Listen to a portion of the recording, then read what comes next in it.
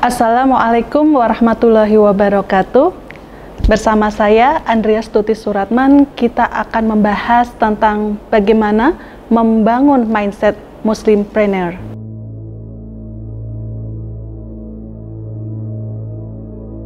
Allah Subhanahu wa Ta'ala telah membekali kita dengan ragam potensi, termasuk intelektualitas dan spiritualitas. Allah pun telah menyediakan apa-apa yang di langit dan di bumi. Tugas kitalah menjaga keberlanjutan ekosistem, menghadirkan keadilan, serta memakmurkan bumi menuju peradaban yang lebih baik. Islam adalah agama yang sempurna, mengatur seluruh aspek kehidupan manusia, tidak hanya ukhrawi atau aspek keakhiratan yang berkaitan dengan ritual ibadah yang mengatur hubungan umat dengan Tuhannya atau kita sebut hablum minallah. Islam juga mengatur urusan duniawi sejak seseorang itu lahir hingga ajal menjemput, termasuk mengatur hubungan manusia satu dengan manusia lainnya atau kita sebut hablum minannas. Islam juga memperbolehkan segala sesuatunya sepanjang tidak ditemukan dalil atau hukum bahwa sesuatu itu tidak boleh atau terlarang. Tercantum pada Quran Surat Al-Furqan ayat 47 bahwa Allah telah memberikan kita waktu baik di pagi, siang, malam untuk ragam aktivitas kita.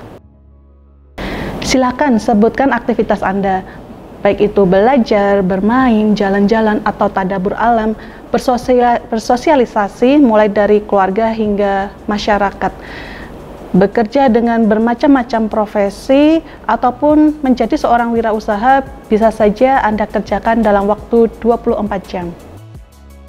Ya, khususnya berkarir menjadi seorang wirausaha maupun menjadi pekerja bisa menjadi pilihan Anda. Bukan masalah lebih mudah atau lebih sulit mana. Setiap pilihan akan memiliki konsekuensinya. Yang perlu diperhatikan adalah apa yang mendasari Anda melakukan sesuatu, karakter apa saja yang perlu Anda tonjolkan yang membedakan diri Anda dengan yang lainnya. Maka wajib bagi kita sebagai muslim untuk mengenali dan jadikan karakter Islam dalam setiap tindak tanduk kita. Apa saja dasar kita dalam bertindak? Pikirkan hal-hal berikut ini, bahwa hidup ini hanya sekali, sekejap saja, menit berganti jam, jam berganti hari, berganti bulan, dan seterusnya. Tidak dapat terulang lagi karena waktu itu sudah berlalu. Tentu kita tidak menginginkan kehidupan yang sia-sia. Kita pastikan diri berbuat yang terbaik dengan mempelajari pedoman Islam yang kita yakini telah mengatur semua hajat hidup kita. Baik secara individu dan bersosialisasi, sehingga tidak hanya berorientasi pada keuntungan bagi kita sendiri, namun juga kemaslahatan bersama. Sering menjadi pertanyaan khalayak, poin apa saja yang membedakan kewirausahaan syariah dengan wirausaha pada umumnya? Fikih muamalah dan ilmu bisnis, keduanya wajib kita pelajari. Islam memiliki pedoman pada Al-Quran dan As-Sunnah. Islam memiliki orientasi kehalalan dan keberkahan. Namun, Islam tidak alergi dengan adanya profit atau keuntungan. Yang penting, asalnya, sumber, proses, hingga bagaimana menghasilkan laba tidak bertentangan dengan Islam. Apa maknanya? Bahwa setiap muslim tidak hanya diperbolehkan, namun harus berusaha dengan bersungguh-sungguh untuk unggul dalam berbisnis. Dengan keuntungan yang kita dapat, maka akan memperbesar peluang kita untuk bisa berbuat lebih. Tanamkan pula pada diri seorang muslim bahwa kehalalan dan keberkahan ini akan menyertai keridhaan Allah terhadap apapun yang kita usahakan. Manakala kita tahu adab, hukum, atau ketentuan termasuk larangan apa saja yang harus kita hindari. Berikut beberapa unsur transaksi yang dilarang dalam Islam. Di antaranya adalah larangan maisyir atau ada unsur berjudi, kemudian goror atau ketidakjelasan dalam produk atau jasa. Lalu unsur berikutnya adalah riba, yaitu bunga atau lebihan pengembalian akibat pinjaman. Yang keempat, mudhar atau kondisi darurat sehingga bisa menimbulkan tingginya potensi untuk dieksploitasi. Yang berikutnya, yang kelima, yaitu ikrar atau ada unsur tekanan atau paksaan melakukan jual beli. Unsur berikutnya yaitu najsi, dilarang karena melibatkan adanya skenario untuk membuat penawaran sehingga harga menjadi naik. Unsur yang dilarang yang ketujuh adalah goben. Ya, jadi ada goben, gisi, dan tadlis. Goben, gisi, dan tadlis itu bermakna ada upaya menaikkan atau menurunkan harga secara keji atau secara ekstrim sehingga bisa merusak pasar. Kemudian gisi sendiri, oknum itu menyembunyikan informasi, entah itu kecacatan ya dari produk atau jasa yang dijual. Kemudian tadlis itu mencampur adukkan barang sejenis dengan kualitas yang berbeda atau spek yang A dengan yang B kualitasnya berbeda.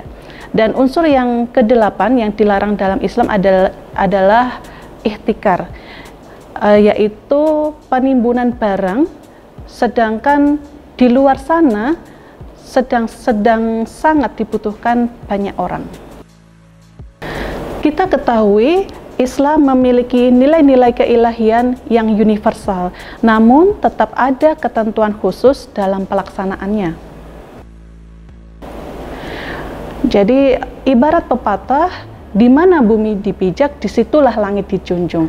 Kenyataannya di setiap kondisi memiliki persyaratan tertentu. Sama halnya kita bila kita menggunakan aplikasi teknologi, tentu banyak ketentuan, bahkan ada buku pedomannya yang mengatur ini itu demi kenyamanan si pengguna dalam pemanfaatan teknologi tersebut.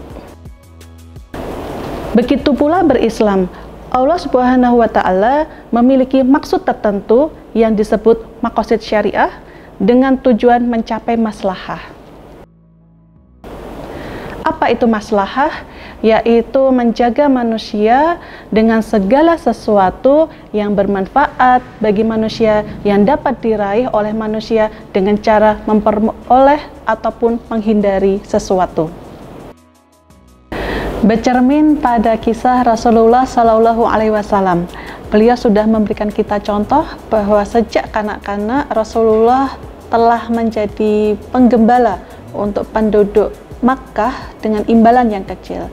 Barulah menginjak pada usia remaja, sekitar usia 12 tahun, Rasulullah bersama paman Abu Thalib mulai berdagang ke Suriah atau Syam.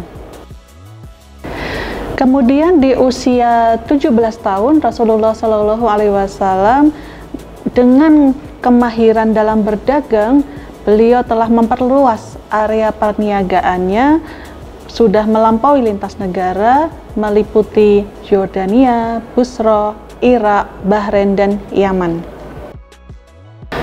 Dalam aktivitas berdagang, Rasulullah senantiasa mengupayakan bagaimana agar tidak hanya untung yang beliau dapatkan, namun bagaimana beliau juga mampu meraih berkah dan ridha Allah. Dengan cara yang bagaimana?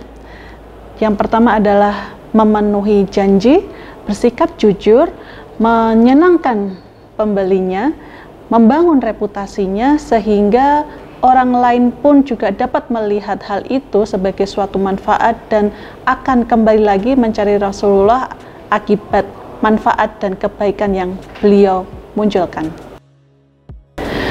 Dari kisah Rasulullah Shallallahu Alaihi Wasallam dapat kita catat beberapa poin tentang karakter bagaimana untuk menjadi wirausaha yang baik.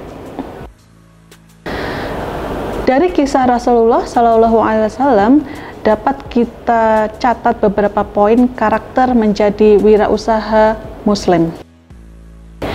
Yang pertama adalah bagaimana kita bisa menjadi kreatif dan inovatif, proaktif, seimbang baik dunia dan akhiratnya. Trust atau kejujuran senantiasa kita jaga. Selain itu, produktif dan senantiasa berani mengambil resiko seperti yang dicontohkan Rasulullah, ya. Jadi produktif bahkan berani untuk melampaui beberapa negara tadi. Berikutnya adalah pemberdaya. Bukan masalah seberapa banyak sumber daya yang kita miliki, tapi kuncinya adalah sebaik apa kita mampu memberdayakan apa-apa yang telah kita miliki. Poin berikutnya adalah kita upayakan diri untuk senantiasa menjadi tangan yang di atas. Maknanya adalah jadikan kita sebagai pihak yang senantiasa memberikan, bukan menjadi penerima saja. Karakter berikutnya adalah senantiasa rendah hati, bersikap sederhana, dan terus memacu diri untuk belajar. Karena setiap kondisi, setiap masanya akan memiliki tantangan, hambatan, dan peluangnya yang berbeda-beda. Oke, demikian upaya membangun mindset Muslimpreneur bersama saya, Andreas Tuti Suratman. Semoga bermanfaat. Wabillahi taufiq wal hidayah. Wassalamualaikum warahmatullahi wabarakatuh.